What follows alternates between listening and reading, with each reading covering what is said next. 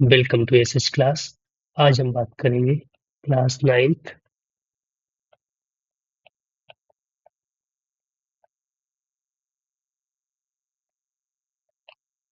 Maths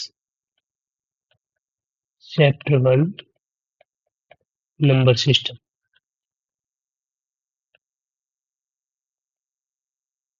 की exercise 1.3 के all example number 5 में कहा गया है कि find the decimal expansion of 10/3 7/8 1/7। तो सबसे पहले हम इन्हें नॉर्मली डिवाइड कर लेंगे, जैसे कि हम पहले से ही बहुत पहले से करते आए हैं कि कैसे हम 10/3 को डिवाइड करेंगे। तो 10 का डिवाइड लगा देंगे हम 3 से। ओके, नाउ 3 1 जा 3, 3 3 जा 9। तो ये हो गया 9, इधर बचा है हमारा 1। उसके बाद डेसिमल लगा देंगे, ये हो जाएगा 10। तो ये हो जाएगा 3 3 जा 9। फिर से ये 1 बचेगा, डेसिमल लगा हुआ है ऑलरेडी, तो ये 0 हो जाएगा। 3 3 जा 9, यहाँ पे फिर से बचा 1 और डेसिमल लगा हुआ है, फिर से ये 3 3 जा 9। इस तरीके से हम देखते हैं ये 1 रिमाइंडर हर बार बचता ही है। ओके, अगला देख लेते हैं 7/8। 8 का डिवाइड करेंगे हम 7 से। तो ये पहले तो जाएगा नहीं, छोटा नंबर है तो 0 पॉइंट लिख लेंगे। अब ये हो जाएगा हमारा 70। 8 7 जा 56, 8 8 जा 64। ये हमारा हो गया कितना, 64। ये कितना हो जाएगा हमारा, 6 बचेगा, डेसिमल लगा ही हुआ है तो ये 0 हो जाएगा। तो 8 8 जा 64, 8 7 जा 56, 56 हो गया। ये बचा हमारा 4, डेसिमल लगा हुआ है तो ये 0 हो जाएगा। 8 5 जा 40। और इस तरीके से हमने देखा है कि ये रिमाइंडर हमारा क्या बचा है, 0। अगले में देख लेते हैं कि 7 का डिवाइड लगाना है 1 में। तो ये 1 बहुत ही छोटा है तो इसे हम लगाएंगे 0 पॉइंट। ये हो जाएगा 10, 7 1 जा 7, बचा कितना हमारा 3, पॉइंट लगा ही हुआ है तो ये हो जाएगा 0। 7 4 जा 28, ये हो गया हमारा। अभी हम अच्छा 2, 7 डेसिमल लगा हुआ है तो 0 हो जाएगा। 7 2 जा 14, बचा यहाँ पे 6। अब यहाँ पे क्या बचा, डेसिमल लगा हुआ है, यहाँ पे फिर से 0 आ जाएगा। 7 8 जा 56। अब यहाँ पे बचा है हमारा 4, तो 7 अगेन आए फिर से लगाएंगे, डेसिमल लगा हुआ है तो 7 5 या 35। तो ये हो जाएगा 5 बचा है, फिर से हम डेसिमल लगा हुआ है तो ये हो जाएगा 7 7 या 49। और ये हमारा हो गया 49। फिर से रिमाइंडर बचा है 1, जैसे कि यहाँ पे 1 से स्टार्ट हुआ था और 1 पे ही फिर से आ गया है। तो कहीं ना कहीं अब इसके बाद फिर से रिपीट होना शुरू हो जाएगा, जैसे डेसिमल लगा हुआ है फिर से 0 आएगा। 7 1 या 7, फिर से यहाँ पे कितना बचेगा 3। फिर से ये स्टार्ट हो जाएगा 7 4 या 28, 1 4 2 8 5 7, वैसे ही स्टार्ट हो जाएगा। ठीक है, तो ये हमारा क्या हो गया, 1 यहाँ पे रिमाइंडर हो गया। तो इन तीनों केस में हमने क्या देखा है कि या तो वो 0 रिमाइंडर हो जा रहा है या फिर 0 नहीं हो रहा है। ठीक है, कहीं न कहीं हम उसे डिवाइड करते ही जा रहे हैं, करते ही जा रहे हैं। इस तरीके से और फिर कहीं न कहीं वो फिर से रिपीट होना शुरू हो जाते हैं। तो ये 3 चीज़ हमने ध्यान से देखी हैं।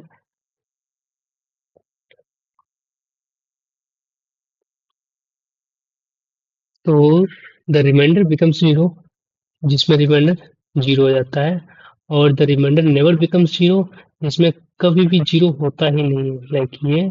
लाइक ये इसमें तो रिपीट होने लगता है कितने डिजिट के बाद, 1 2 3 4 5 6, और इसमें 1 डिजिट के बाद रिपीट होने लग गया है। ठीक, तो हम ये भी चीज देखे हैं कि जो जिससे हमने डिवाइड किया है, रिपीट हमेशा उससे कम नंबरों में ही होता है। जैसे 7 से डिवाइड किया है तो 6 डिजिट में ही रिपीटेशन स्टार्ट हो गई। वैसे हमने 3 से डिवाइड किया है तो 3 से कम नंबर में ही रिपीट स्टार्ट हो गया। ठीक है, यहाँ पे तो 1 से ही रिपीट हो गया, हालांकि 2 पे भी रिपीट हो सकता है। ये जो नंबर है ये नॉन रिपीटिंग है क्योंकि इसमें रिपीट ही नहीं हो रहा है। फिर अब बढ़ते हैं हम अगले एग्जाम्पल 6 की तरफ।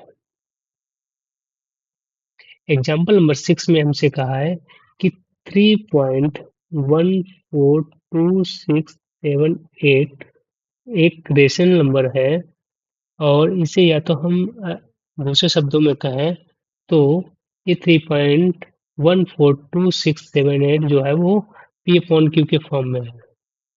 किस फॉर्म में है? पी अपॉन क्यू के फॉर्म में। वेयर पी एंड क्यू क्या है? इंटीजर है और Q does not equal to 0 है। क्यों ऐसा बोला इसने? तो देखो 3.142678 जो है इसका डेसिमल हम हटाएंगे तो जितने डेसिमल के बाद नंबर है उतने ही जीरो लग जाएंगे नीचे। 1 2 3 4 5 6 1 2 3 4 5 6 that means 3.142678 डिवाइड बाई 1 2 3 4 5 6। ये हमारा हो गया पी अपॉन क्यू के फॉर्म में और ये हो गया हमारा रेशनल नंबर। बढ़ते हैं अगले एग्जाम्पल पे। अगला एग्जाम्पल क्या है कि सो दैट 0.3333 यानी कि 0.3333 जो है उसे हम 0.3 बार भी लिख सकते हैं। क्या हम इसे पी अपॉन क्यू के फॉर्म में लिख सकते हैं जहाँ पे पी और क्यू क्या होंगे? हमारे इंटीजर होंगे और Q does not equal to 0 होगा। तो हम सबसे पहले इसमें क्या करेंगे कि जो भी नंबर हमें दिया गया है उसे हम मान लेते हैं एक्स के बराबर। तो let X equal to 0.3333 dot dot dot. Okay. अब हमारे यहाँ पे रिपीट स्टार्ट हो रहा है वो फर्स्ट नंबर से 1 नंबर पे ही स्टार्ट हो रहा है यानी कि एक नंबर पे ही बार लगा हुआ है। तो हम क्या करेंगे? मल्टीप्लाई कर देंगे दोनों तरफ 10 से। ओके। अगर हमारे यहाँ पे अगर 0.52 पे बार लगा होता यानी कि 2 नंबर पे अगर बार लगा 2 डिजिट पे बार लगा हुआ तो हम इसे मल्टीप्लाई करते हैं 100 का। अगर हमारे यहाँ पे 0.325 इन 3 डिजिट पे बार लगा होता तो मल्टीप्लाई करते हैं 1000 का। ठीक है। तो इसी तरीके से यहाँ पे सिर्फ लगा हुआ है बार, वो लगा है सिर्फ 1 डिजिट पे। तो हम इसमें किसका मल्टीप्लाई करेंगे? सिर्फ और सिर्फ 10 का। तो मल्टीप्लाई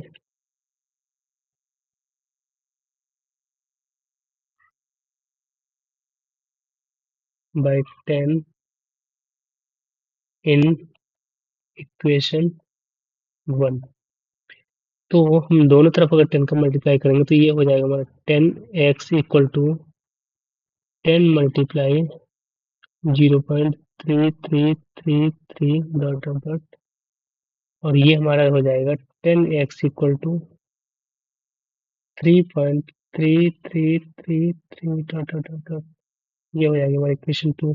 अब ये 3 पॉइंट कैसे हो गया? देखो 3 पॉइंट कैसे हो गया? देखो 0.3333 लिखा ना, एक डिजिट हमने इस तरह से किया तो ये हो जाएगा हमारा अपॉन 10 और मल्टीप्लाई 10 अगर हम ऑलरेडी कर ही रहे हैं 10 से 10 कट जाएगा तो पॉइंट हमारा इधर आ जाएगा 3.333 आ जाएगा। राइट। तो इस तरीके से हमने लाया है इसे। The equation 1 from equation 2। तो इक्वेशन 2 में से हमें इक्वेशन 1 घटानी है। तो ये हमारी इक्वेशन 2 क्या है? 10x equal to 3.3333 dot dot dot dot. Equation 2 है ये हमारी और ये x equal to 0.3333 dot dot dot सॉन ये इक्वेशन 1 है। इसे हम कर देंगे माइनस तो ये बचेगा हमारा 10x में से एक एक्स गया 9x और ये बचेगा हमारा देखो 333 सब ये 0 0 कर देगा 3 में से 0 गया बचेगा 3 और ये हो जाएगा हमारा 0 0 0। ठीक है। इस प्रकार हमने देखा है कि 9x इक्वल टू क्या आ गया हमारा 3। तो x इक्वल टू क्या हो जाएगा 3/9। तो ये हो जाएगा x इक्वल टू 1/3 और जो हमारा क्या हो गया p अपॉन क्यू के फॉर्म में हो गया जो कि क्या है हमारा p अपॉन क्यू के फॉर्म में है। इस तरीके से हम पता कर लेते हैं। बढ़ते हैं हम अगले एग्जाम्पल की तरफ।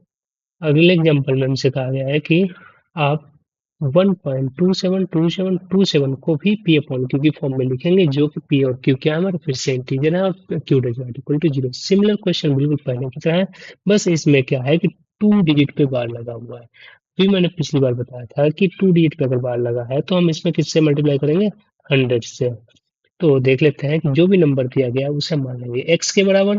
तो x इक्वल टू हो जाएगा हमारा 1.272727 एंड उसके बाद हमने इसे अगर लेट कर लिया है x इक्वल टू 1.272727, और हम इसे मान लेते हैं इक्वेशन 1। इक्वेशन 1 में हम मल्टीप्लाई कर देंगे, इक्वेशन 1 में हम मल्टीप्लाई कर देंगे किसका, 100 का। समझ में आया? तो इक्वेशन 1 में हम मल्टीप्लाई करेंगे 100 का, क्योंकि हमने बताया था ना कि अगर 2 डिजिट पे बार लगा हुआ है तो हम किससे मल्टीप्लाई करेंगे, 100 से।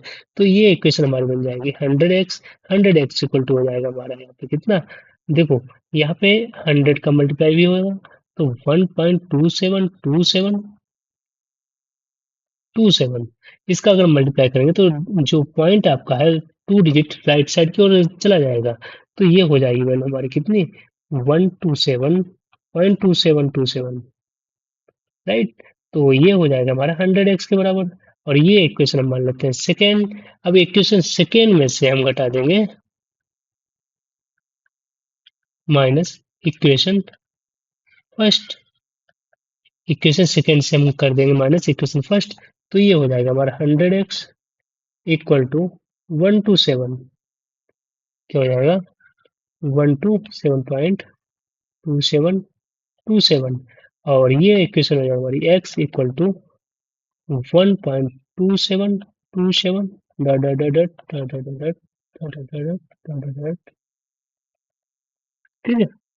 तो हमने देखा यहाँ पे 100x में से अगर जाएगा 1x तो ये हो बचेगा हमारा 99x इक्वल टू, इधर कितना बचेगा, 27 से ये सारी चीज चली जाएंगी, 0 0 हो जाएगा, और पॉइंट के बाद ये बचेगा 127 में से 1 गया तो बचेगा 126।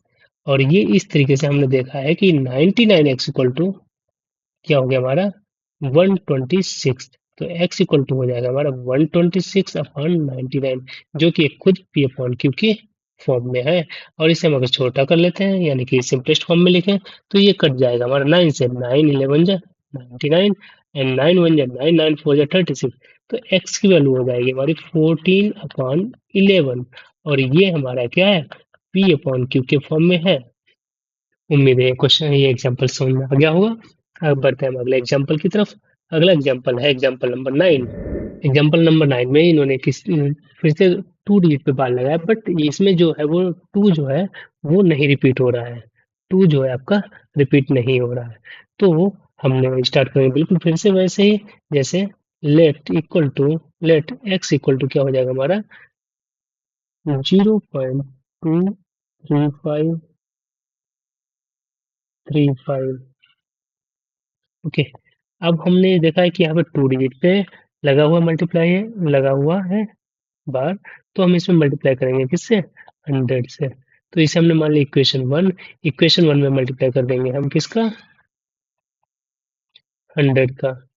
तो ये हो जाएगा हमारे 100x इक्वल टू, ये हो जाएगा हमारा देखो 0.235235, सॉरी 0.23535,